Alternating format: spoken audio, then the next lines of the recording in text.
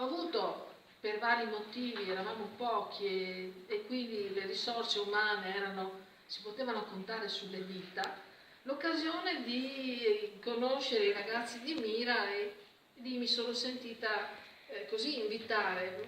Ci aiuteresti se presentiamo una lista? Ho detto, ma senz'altro, io mi metto a disposizione, ma il mio pensiero era, tanto non si vincerà mai, e quindi ero molto tranquilla. Invece no, al ballottaggio il Movimento 5 Stelle ha vinto e mi sono ritrovata, senza essere eletta, ad avere un incarico fiduciario da parte del sindaco per occuparmi di scuole, cultura, formazione, pari opportunità e tante altre cose. Esperienza bellissima, bellissima. Io, anche se non ero di Mira, non sono di Mira ma sono di Mestre, mi sono sentita a casa, perché uscivo dal comune.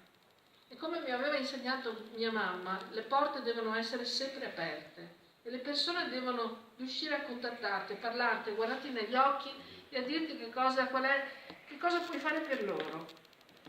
Ed sono stati 5 anni pieni di tutto, di difficoltà, di sacrifici, di impegno, di cose brutte e di cose belle, un tornado, dei femminicidi, scuole da mettere a posto, anche lì problemi con gli allagamenti. Questa è la realtà di un'amministrazione e un sindaco non può fare tutto. Vi assicuro, un sindaco si impegna per quanto può e se ha le mani libere. Se ha le mani libere può fare tanto, non farà tutto. Ma questo è fondamentale, l'onestà e la trasparenza. Eravamo una giunta di giovani, non giovani, si dice nel movimento un pregiudizio, che non hanno mai lavorato, che non hanno esperienza. Come vedete io non sono giovanissima, ho 30 anni di lavoro ma non avrò la pensione, e non è vero, ci sono persone che hanno un grande spessore, un grande bagaglio anche umano e io forse mi permetto di dire ho portato il mio piccolo contributo.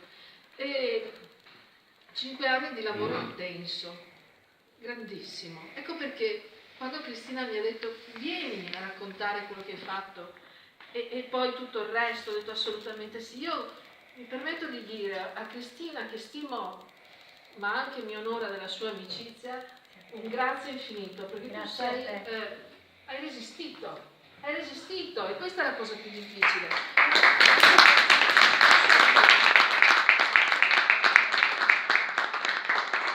Perché entrare in un sistema che non conosci, nel quale non hai le relazioni che ti possono agevolare, perché è questo che noi viviamo sulla nostra pelle. Siamo percepiti come un corpo estraneo, ed è vero, siamo un corpo estraneo. Sì. Siamo coloro che non hanno lobby, coloro che non hanno relazioni, che non hanno privilegi. Quindi siamo un corpo estraneo. Ma quello che bisogna bonificare non è il nostro essere lì in quel luogo, ma il resto. Il resto. La commissione scusate, di vigilanza contro la mafia sta lavorando in questi giorni, sapete, no? Ha rilevato quelli che sono le persone che assolutamente non dovevano essere in quelle liste. Non ce n'è uno del Movimento 5 Stelle. Saremo inesperti, sì, è vero. Saremo a volte incapaci, sì, è vero. Abbiamo tanti difetti, facciamo tanti errori, ma siamo onesti. E questa secondo me è la cosa più importante, perché se sei onesto hai anche il coraggio di chiedere scusa e tirarti su le maniche e rimediare a quell'errore che hai fatto. Perché nessuno di noi ha sempre ed esclusivamente ragione, mai.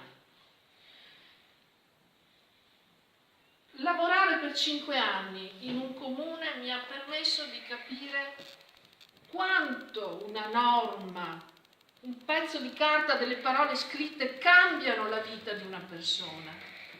La possono stravolgere o la possono risolvere. Ecco perché io credo profondamente nel reddito di cittadinanza. Di mestiere ho fatto per più di 30 anni l'insegnante in un centro di formazione professionale. Formazione per ragazzi che vengono dalla scuola media, fasce più basse.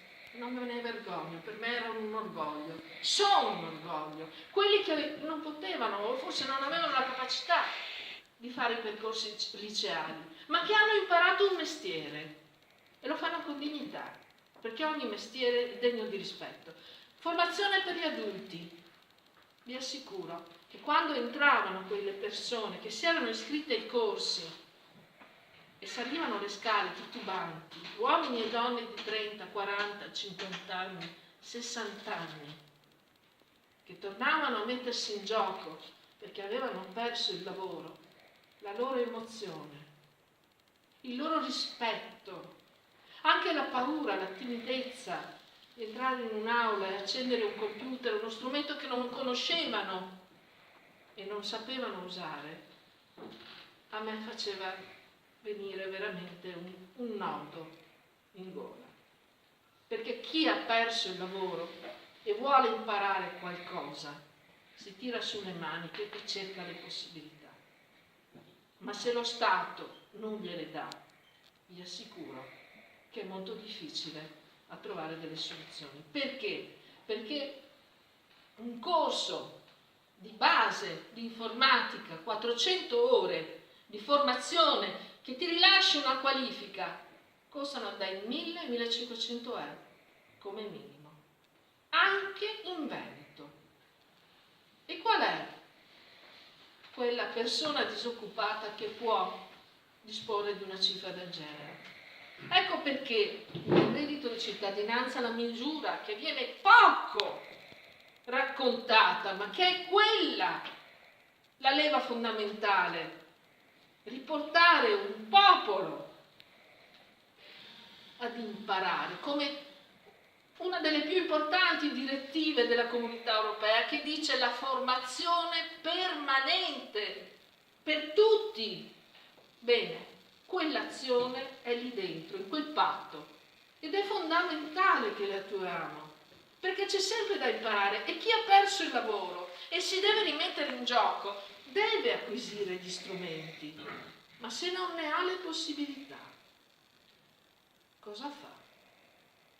Io non posso dimenticare le persone che venivano in comune, mi bussavano alla porta, famiglie, le parole di una coppia di genitori che con una dignità assoluta mi hanno detto: sa, assessora, se il mio figlio mangia alla mensa della scuola la carne, io alla sera, perché ho perso il lavoro, non mi sento in colpa se gli do solo la pasta all'olio.